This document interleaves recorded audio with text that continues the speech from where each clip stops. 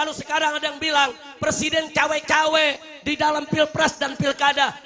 Presiden sudah cawe-cawe dari waktu pilkada 2017 di Jakarta, saudara. Presiden sudah cawe-cawe untuk memenangkan si penista agama di pilkada 2017. Bukan baru sekarang. Kalau ada yang bilang ini presiden cawe-cawe sekarang, lu baru bangun tidur loh. Kemarin kemana? Betul? Betul? Betul? Sekarang baru sadar, iya ya, ternyata presiden begini-begini. Lu kemarin tidur. Baru pada bingung, pakai nyariin Habib Rizik mana? Habib Rizik, lu kangen. Nah kemarin kita berjuang dicaci maki, betul? Kita protes pemerintah dibilang teroris, betul? Kita lawan pemerintah saudara dibilang ekstremis, betul? Kita udah kasih tahu dari dulu, kalau NKRI mau selamat, makzulkan Jokowi, bubarkan PDIP. Udah dikasih tahu, nggak paham-paham. Akhirnya sekarang dia media berkelahi. Nah, rasain, betul, betul, betul. Nah, sekarang kalau dia media berkelahi, bagaimana? Jangan pisahin. Ngapain lu pisahin? Saudara, saya mau tanya nih semua, adu domba hukumnya apa? Jawab yang kompak dong. Masa lu adu domba nggak tahu hukumnya? Ayo nih orang jalan kesadaran nih, adu domba hukumnya apa? Yang kompak, adu domba hukumnya apa? Adu manusia. Adu manusia. Adu setan. Nah. Adu domba haram. Adu manusia lebih haram. Adu setan wajib. Ya setan saudara, sekarang setan lagi berkelahi. Lu gelar tikar, bikin kopi, tonton.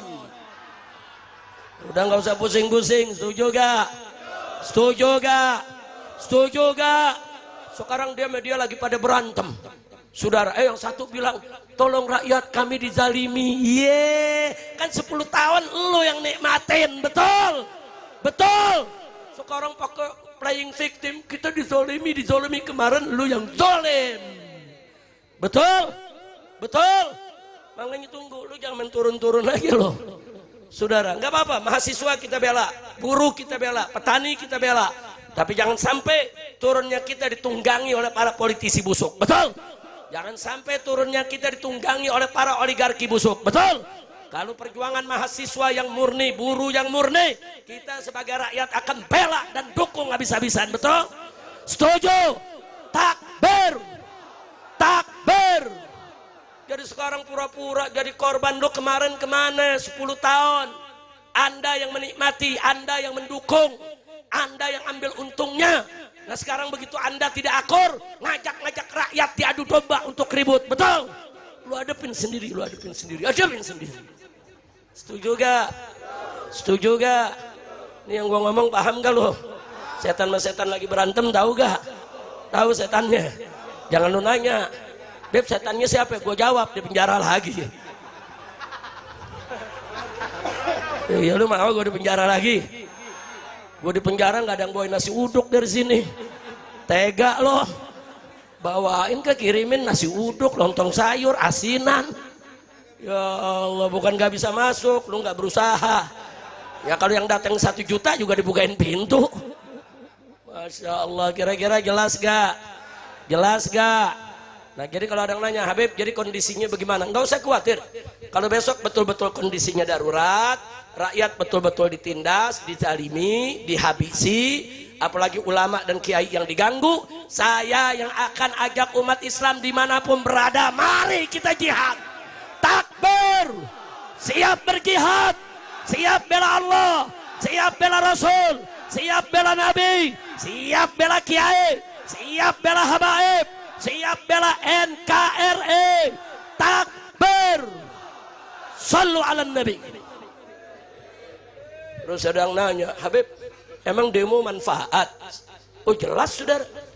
Dulu kalau tidak ada aksi 411, Ahok tidak akan ditersangkakan. Karena ada aksi 411, Ahok jadi tersangka. Istana takut saudara, karena kan kita tuntut periksa Ahok karena sudah menista agama. Nah, kemudian begitu diperiksa lambat, nggak dijadikan sebagai tersangka saudara. Kita gelar lagi itu aksi 212, saudara. Kita minta periksa dan jadikan tersangka, tangkap. Kalau tidak ada aksi 212, Ahok tidak akan pernah ditersangkakan. Saya ulangi, kalau tidak ada aksi 411, Ahok tidak akan diperiksa. Kalau tidak ada aksi 212, Ahok tidak akan ditersangkakan. Nah kalau begitu, demo manfaat tidak? Manfaat tidak? Kemarin nih, putusan MK mau dibatalin sama DPR, saudara. Kalau nggak ada yang turun, batal, saudara. Tapi begitu mahasiswa turun, buruh turun, umat turun, saudara, batal, nggak jadi. DPR-nya terkencing-kencing, takut. Kenapa? Karena orang turun, demo. Jadi biar tahu, di Indonesia itu begitu. Kalau ente nggak demo, saudara, itu aturan-aturan yang merugikan rakyat jalan terus. Makanya saya mengajak sekarang rakyat, kalau ada aturan yang merugikan rakyat, yang bertentangan dengan syariat, yang membahayakan negara, turun. Dan di medsos, saudara, berisik di medsos. Berisik di medsos, jihad lewat HP Anda semuanya. Serang siapapun yang membahayakan negara. Serang siapapun yang menghina ulama dan habaib. Serang siapapun yang adu domba umat. Serang keputusan apapun yang menindas rakyat kecil. Betul? Setuju tidak? Setuju tidak? Nah kalau kita bergerak semua secara masif, mereka nggak bakal berani macam-macam, saudara. Kira-kira jelas gak? Paham gak? Ngerti semua? Alhamdulillah. Jangan takut untuk menyuarakan hak, jangan takut, saudara. Nah kemudian sebelum saya akhiri, saudara, kadang-kadang saya miris ngelihat nih pejabat kita, rezim kita diprotes. Ini pajak sudah terlalu tinggi, pajak ini mahal, rakyat nggak mampu, turunin dong pajaknya. Subsidi dicabut, subsidi BBM dicabut, subsidi buat nelayan dicabut, subsidi buat petani dicabut, subsidi buat perkebunan dicabut. Nah sekarang kita minta tolong dong, subsidinya jangan dicabut, itu kan hak rakyat, itu bukan hadiah dari pemerintah. Apa jawab rezim, saudara? Mereka bilang, mereka katakan sengaja subsidi kami cabut supaya rakyat mandiri.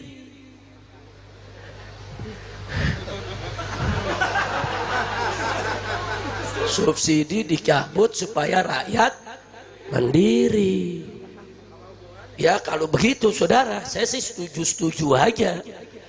Jadi dicabut supaya rakyat mandiri, beli pakai uang sendiri, nggak ada bantuan lagi. Saya setuju. Nah supaya adil, saudara, pemerintah juga mesti mandiri. Setuju gak? Setuju gak? 80% saudara, pendapatan Indonesia saat ini dapatnya dari pajak. Kita jangan bayar pajak. Supaya apa? Supaya mandiri. Supaya pemerintah. Setuju gak?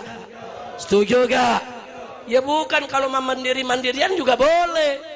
Cabut subsidi supaya rakyat, yaitu saudara, mandiri. Ya, jangan bayar pajak, biar pemerintah itu mandiri juga. Mampus sekalian. Saudara, saat ini supaya Anda tahu, lebih dari 80% APBN kita itu diambil dari pajak, saudara. BUMN kita bangkrut, negara gak punya penghasilan, nikel kita dibawa lari ke Cina, tambang-tambang kita diambil oleh asing. Lalu dari mana negara ini tetap bisa gaji pegawai, tetap bisa gaji guru di sekolah, tetap bisa menggaji TNI dan Polri? Dari pajak. Kalau rakyat tidak bayar pajak, saudara, bangkrut ini negeri. Nah, karena rakyat yang menjamin, saudara, keberlangsungan ini negeri, bagi-bagi dong. Cara baginya bagaimana? Subsidi jangan dicabut, itu hak rakyat. Duit dari rakyat untuk rakyat. Bagus tidak? Bagus tidak? Setuju tidak? Saya bukan ngajarin orang gak bayar pajak, bukan, saudara. Saya setuju ambil pajak dari rakyat, silakan. Tapi jangan dikorupsi dong. Ambil pajak dari rakyat silakan, tapi subsidi jangan dicabut dong. Ambil pajak dari rakyat silakan, tapi berikan itu semua untuk kesejahteraan rakyat. Betul? Nah, jadi jangan kaget ya kalau ada yang nanya, Habib, kok maulid ceritanya pajak? Saudara, maulid semacam ini kita cerita soal Nabi. Bicara Nabi, bicara syariat.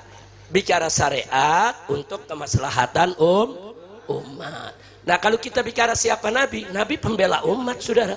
Nabi nggak mau umatnya disusahin. Nabi nggak mau umatnya, saudara, ditipu-tipu.